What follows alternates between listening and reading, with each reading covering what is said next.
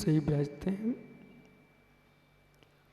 तीर्थंकर जिनेन्द्र के पीयूष देशना जिनेन्द्र वाणी मनुष्यो जगत कल्याणे। ये सर्वज्ञ शासन नमोस्तु शासन चैवंतो वितराग श्रवण संस्कृति। भगवान सर्वज्ञदेव ने वस्तु धर्म को अनंतरमात्मक दृष्टि से जगत के प्राणियों को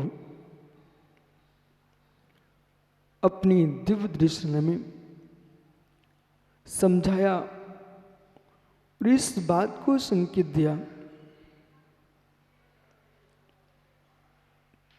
जैसे परवस्तु में नमक के डालने से दाल का स्वाद बदलता है, बूरे के डालने से दूध का स्वाद बदलता है। ज्ञानियों, मिर्च के माध्यम से दाल का स्वाद बदलता है, बघार के माध्यम से दाल का स्वाद बदलता है। ऐसे ही जीव के परिणामों के अंदर जैसी क्रिया करता है व्यक्ति, वैसे परिणाम का स्वाद बदलता है। भोजन में पेट भरने के लिए बहुत कुछ बनाने की आवश्यकता नहीं है, मात्र स्वाद बदलने के लिए बहुत कुछ व्यक्ति बनाता है। स्वाद को बदलने के लिए, जबकि उसे मालूम है जो घंटों घंटों हम नाना प्रकार के व्यंजन पकवान मिठाइयाँ बना रहे हैं, उसका परिणमन अंत में मल ही है। जिसका मल होने वाला है उसके लिए हम इतना रुच रुच के बनाते हैं।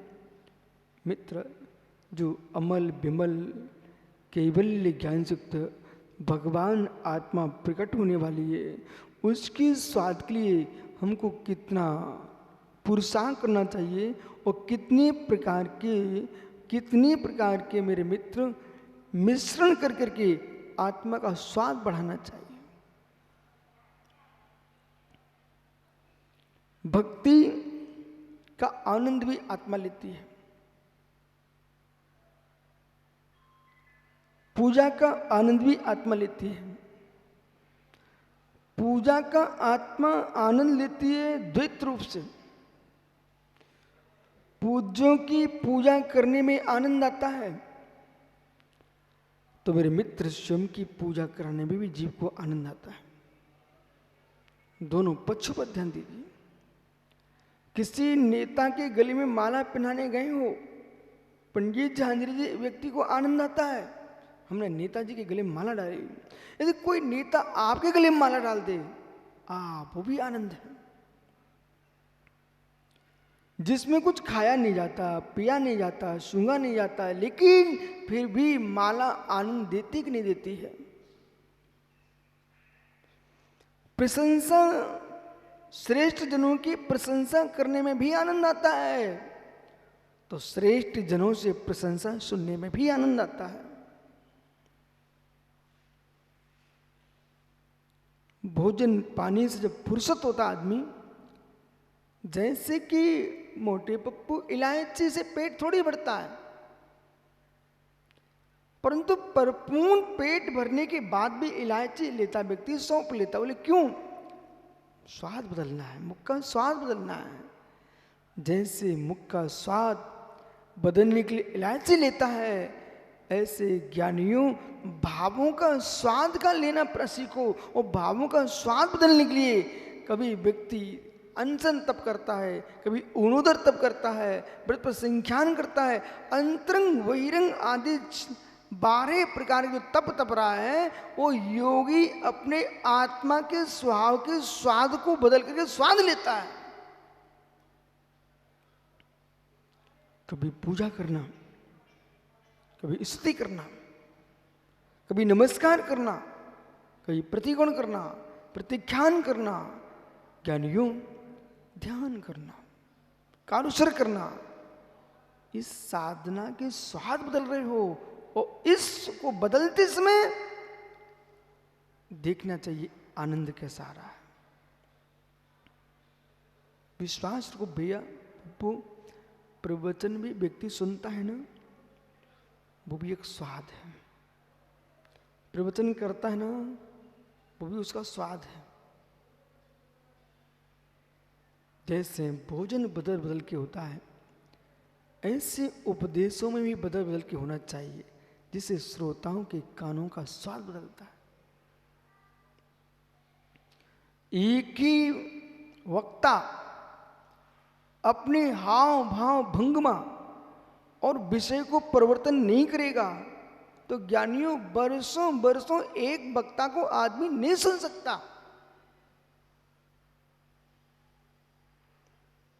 मां घर में सुबह रोटी बनाती है तो शाम को पराठे बना देती है, तो दूसरे दिन पूड़ी बना देती है। आटा वही होता है, लेकिन बच्चों का स्वाद बदलता रहना चाहिए। यही कारण है कि जिनागम में षट आवश्यक कर्तव्य कहें, तुम्हारा क्षण क्षण में स्वाद बदलना चाहिए। प्रवचन करते समय इस बात का ध्यान रखे वक्ता कि हमारे बोलने से श्रोताओं के स्वाद में आनंद आ रहा है कि नहीं आ रहा है। जैसे रसना इंद्री का स्वाद खट्टा मीठा चरपरा कसायला तीखा इनसे बदलता है। मीठा प्रवचन में स्वाद कभी प्रथमानुयोग तो कभी चरणानुयोग, कभी द्रव्यानुयोग तो कभी करुणानुयोग, तो कभी न्याय कभी नीति, इन सब के साथ मित्र बोलने की पद्धति में संचारी भाव क्या है, रस की धारा क्या है, काव्य की धारा क्या है। परंतु सुब्रत सागर जी, कभी कभी ऐसा भी होता है, पाक शास्त्र देकर के उसकी क्रिया को जानता व्याख्यान करता है। वो घर की बनाने वाली माँ परिपूर्ण रूप से पाक शास्त्र के अनुकूल भोजन बना के स्वादिष्ट बना रही है। अब पाक शास्त्री उसमें खोज कर रहा है किसके बाद क्या बना हुआ है। ऐसी प्रवचनकार, काव्यकार, कर्ता ये थोड़े ग्रंथ खोल खोल के बनाते हैं। यदि ग्रंथ खोल खोल के गोमटेश बावली स्वामी की प्रतिमा समत्वसा इतनी सुंदर क्यों बनी? गोमटेश बावली स्वामी की प्रतिमा ग्रंथों को खोल खोल के नहीं बनाई उन्होंने निर्ग्रंथों को देख देख के बनाई है, इसलिए महासुंदर बन गई।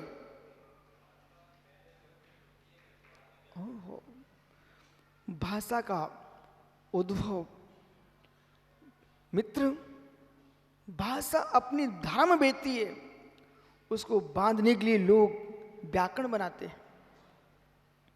व्याकरण की रचना बाद में होती है, भाषा अपनी बहती है। जब पर्वत से पानी गिरने लगता है तो पानी अपनी स्वतंत्रता में बहता है। अब वो लोग देखते हैं इस पानी को किस ओर ले जाना है, कोई नदी की ओर ढाल बनाता है, कोई नहरों को निकाल लेता है, लेकिन पानी तो चट्टान से गिरता अपने स्वतंत्र बहता है। ऐसे मित्रों जो भाषा होती है वो स्वतंत्र बहती है, लोग उसको बांध देते हैं। कवि का काव्य भी स्वतंत्र बहता है। कवि का काव्य उसके अंदर की जो प्रतिभा होती है वो स्वतंत्र बहती है। जब बहने लगती है तो लोग व्याकरणाचार अनेक प्रकार के लोग उसको बांधना प्रारंभ कर देते हैं। भावात्मक दृष्टि से व्याख्या नहीं कर पाए, यानी मोटे पप्पू आपका 4 महीने लोगों ने भिंड में संचालन क्यों सुना? आप बनाटवटी बन के नहीं बोलते थे इसलिए सुन लिया। वही आप शास्त्रीय भाषा और बना बना के लेके आते हैं, आप तो विश्वास रखना लोग तुमको झेल नहीं पाते। सामरस स्वभाव में होना चाहिए और सहज रस बाड़ी में होना चाहिए। सामरस स्वभाव में होना चाहिए और सहज रस बाड़ी में होना चाहिए। जिसकी वाणी में सहज रस है, हर व्यक्ति उसको आकर्षित होगा, आकर्षित होगा। कुंद कुंद देव के ग्रंथों को मैंने देखा, अन्य आचार्यों के प्राकृत को भी देखा, वो जटिल भाषा में प्रवेश नहीं किए कुंद कुंद स्वामी ने। जो जनता की मध्य की साम्यता थी, सरसता थी, उसको स्वीकार किया। उसका प्रभाव ये हुआ कि संपूर्ण विश्व में कुंद कुंद का साहित्य जयवंत हो रहा है। जहां पर लोगों ने अधिक सुंदर दिखाने की वक्रता मस्तिष्क में लाए हैं, उनका साहित्य भाषा में सुंदर तो कहलाया, पर लोगों के मस्तकों में सरस नहीं बन पाया। पानी की कीमत प्यासा बढ़ाता है, पानी की कीमत प्यासा बढ़ाता है, साहित्य की कीमत पाठक बढ़ाता है। कोई प्यासा आदमी नहीं है तो पानी भरा हुआ बहता रहता, कोई मतलब ही नहीं किसी को। इसी प्रकार से पानी की कीमत को बढ़ाने वाला कोई राजू पांड्या है तो उसका नाम है प्यासा। जिसको प्यास से पानी की कीमत बढ़ गई, भूखे भोजन की कीमत बढ़ गई। कितनी सुंदर तुम भोजनालय बना के बैठ जाओ और यहां कोई भूखा आदमी नहीं निकलेगा, तुमको भोजन फेंकना पड़ेगा। तुम्हारे भोजन की कीमत कौन बढ़ा रहा है? भूखा। ऐसे प्रवचन की कीमत कौन बढ़ाता है? प्रवचनकार नहीं बढ़ाता है, श्रोता। और साहित्य की कीमत कौन बढ़ाता है? पाठक। यदि पढ़ने वाले नहीं होंगे तो मेरे मित्र तुम कितनी लिख के रख दो, कोई कीमत नहीं है। और आपने लिखा है और पढ़ने वालों ने पढ़ा है। एक पढ़ने वाला व्यक्ति 10 को पढ़ने वाला बना देता है। कुछ भी लिखो सुब्रत सागर जी, यदि एक उच्च व्यक्ति आपका ग्रंथ पढ़ रहा है, आपके ग्रंथ की कीमत है। बहुत अच्छा आदमी पुस्तक पढ़ रहा था तो सामने वाला देखता, अरे आप क्या पढ़ रहे हो? अरे अमुक पुस्तक पढ़ रहा हूं। इतनी महत्वपूर्ण पुस्तक है, मतलब ये अमुक व्यक्ति पढ़ रहा है तो मुझे भी पढ़ना चाहिए। प्रवचन की गति शीघ्रगामी है, प्रवचन की गति शीघ्रगामी है और साहित्य की गति मंथर गति है। प्रवचन की गति द्रुत है तो समापन भी शीघ्र है, और साहित्य मंथर गति से चलता है वो मेरे मित्र सदियों सदियों तक, सहस्रों वर्षों तक चलता है। अपने जाने के बाद सुब्रत साहब जीने वाले तो रहेंगे।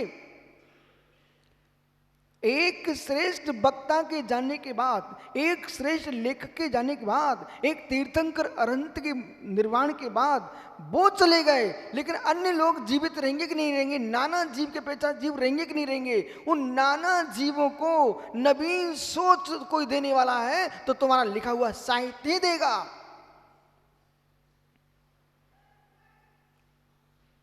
साहित्य सोच देता है। ऐसा आप लोगों को लगता है पप्पू भैया कि महाराज श्री आज कुछ नया नया हो रहा है? यदि प्राचीन ग्रंथों को पढ़ लोगे ना, आप यूं कहोगे कुछ भी नया नहीं हो रहा है। जो कुछ आपको नया दिख रहा है ये सब कुछ आगमों में, धर्म ग्रंथों में, ज्योतिष में, तंत्रों में, नई आयुर्वेद में, सारे ग्रंथों में लिखा हुआ है। सब प्रयोग करने की विधि बदल गई है। आपके दादा घास की चटाई पर बैठते थे, प्लास्टिक की चटाई पर बैठने लग गए आप। पर चटाई तो संज्ञा है। जहां पर घास होती थी वहां प्लास्टिक आ गई। यहां पर कभी मंडप होते खपरेल के मंडप होते थे, बड़े सुंदर बनते थे, चारों तरफ से हवा आती थी। मालूम, ठंडियों में ठंडे गर्म दिखते थे, गर्मियों में ठंडे होते थे। इतने सुंदर खपरेल के झरोके बनाते थे लोग। आज क्या है? आपने सेंटिंग बनाना प्रारंभ कर दिया है, लेकिन आखिर में रह तो रहे हो ना। इसी सम्मेशकर में मैं बहुत दिन पूर्व में आया था, तो तब राजू यहाँ पर पहाड़ के ऊपर कुछ लोग छाल लपेटने मिलते थे, पत्ते लपेटे मिलते थे। वे कोई दिखाई नहीं देते अब तो। वे कहाँ चले गए? वे कहीं नहीं गए। उनकी संतानें हैं, लेकिन छाल लपेटने की जगह अब वे कपड़े पहनने लगे। जो पहले मनोरंजन के लिए नगर की गलियों में भैंसें नाचती थी, गड़काएं नाचती थी, बदला कुछ नहीं है। आज टीवी पे नाचते मिलते लोग आपको। विषय आपने विषय भोग कहां बदला? भोगने की प्रक्रिया बदली है। जो लोग सुबह से आगे चिलम पीते थे, गांजा परफ्यूम पीते थे, आज सिगरेट लिए घूम रहे बाबूजी। बदला क्या है? और धीरे धीरे जो वस्तु परिवर्तन चल रहा है वहीं की वहीं पहुंच जाते हैं। आज फिर से बच्चे हुक्का पीने लग गए। कुछ दिन पहले लोगों ने कान छिदना बंद कर दिए थे और एकदम फिर से नाक कान छिदना प्रारंभ हो गए। अब तो भौं तक छिदाने लग गए। एक बालक जीभ छिदाए बैठा होता। और एक समय था राजू, गरीब लोग ये गुदने मुदने बना के घूमते थे। आपने देखा? जो आज तो समझ में नहीं आ रहा कि गरीब के बच्चे के अमीर के बच्चे सब गुदना गुदना घूम रहे हैं। बदला क्या है? ओहो, पहले गुदने बोलते, तुम टेटू बोलने लग गए। लेकिन है क्या? इसलिए ज्ञानी वही विषय, वही कसाय, वही भोग। पहले के लोगों ने संतान को जन्म दिया है, आज भी लोग संतान को जन्म दे रहे हैं। पहले भी साधु बनते थे, आज भी साधु बन रहे हैं मित्र। इसलिए परिवर्तन तो होता है, फिर भी परिवर्तन नहीं होता। इतिहास, ये सारा इतिहास कोई सुरक्षित रखता है, वो कृपालु है, साहित्यकार। सारी भाषाओं को, सारी संस्कृतियों को कोई सुरक्षित करने वाला है, उसका नाम कवि है। उपकार मानो जिनसेन स्वामी का, उपकार मानो रविशरण स्वामी का, उपकार मानो पूजन भूतबली स्वामी का। इन सबके उपकार स्वीकार करो जिन्होंने आपकी संस्कृति को सुरक्षित किया है। इसलिए राजू एक श्रेष्ठ पत्रकार है।